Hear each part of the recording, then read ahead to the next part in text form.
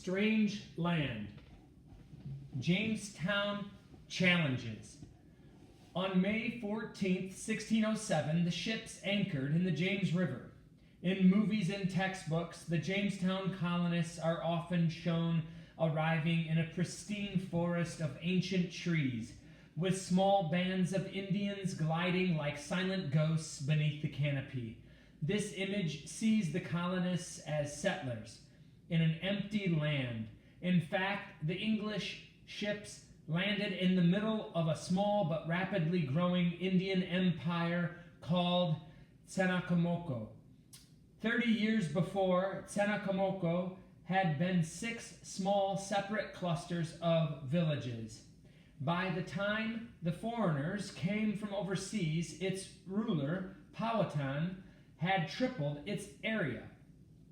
Dozens of villages scattered through the forest east of Chesapeake Bay housed more than 14,000 people.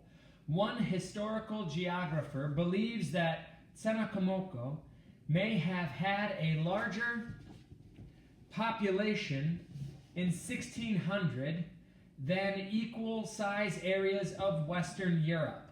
Powhatan's people, the Powhatan Indians, as the newcomers called them, lived in settlements of a few hundred people surrounded by fields where corn, beans, squash, and melons were all grown together. No fences protected these mixed fields because the Powhatan had no livestock to protect their crops. The Americas, by a quirk of biological history, had few animals that could be domesticated. Instead, the Indians scattered their farm plots within larger, cleared areas where they gathered useful wild plants such as grains, edible greens, and medicinal herbs. The English did not understand that these areas for gathering were useful. From their point of view, the Powhatan landscape was a bewildering jumble of unused land and unfenced, messy farms. To the English, well-kept fences and neat plantings of single crops were a sign of civilization. It seemed to them that the Indians did not truly occupy the land because they had not improved it in the English style.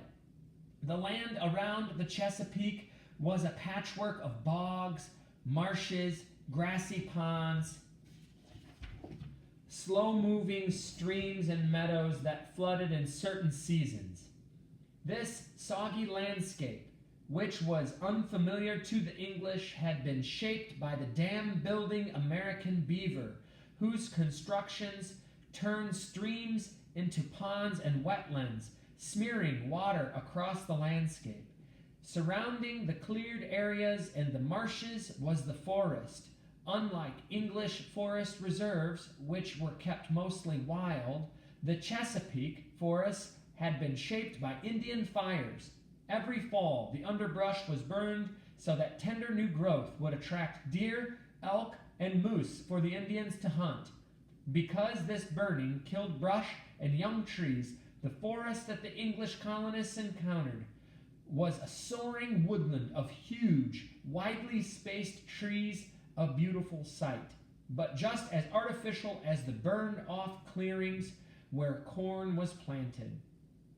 Like the English countryside that the colonists had left behind, Chesapeake Bay had been made by its inhabitants into a working landscape. Just as the tidy checkerboard of fenced fields was essential to English culture, the crazy quilt patchwork of ecological zones in coastal Virginia was essential to the Powhatan way of life. Yet the English newcomers saw only a random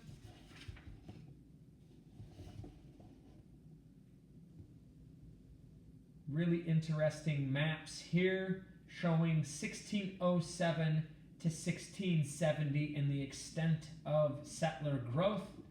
This chart in particular is one to make note of.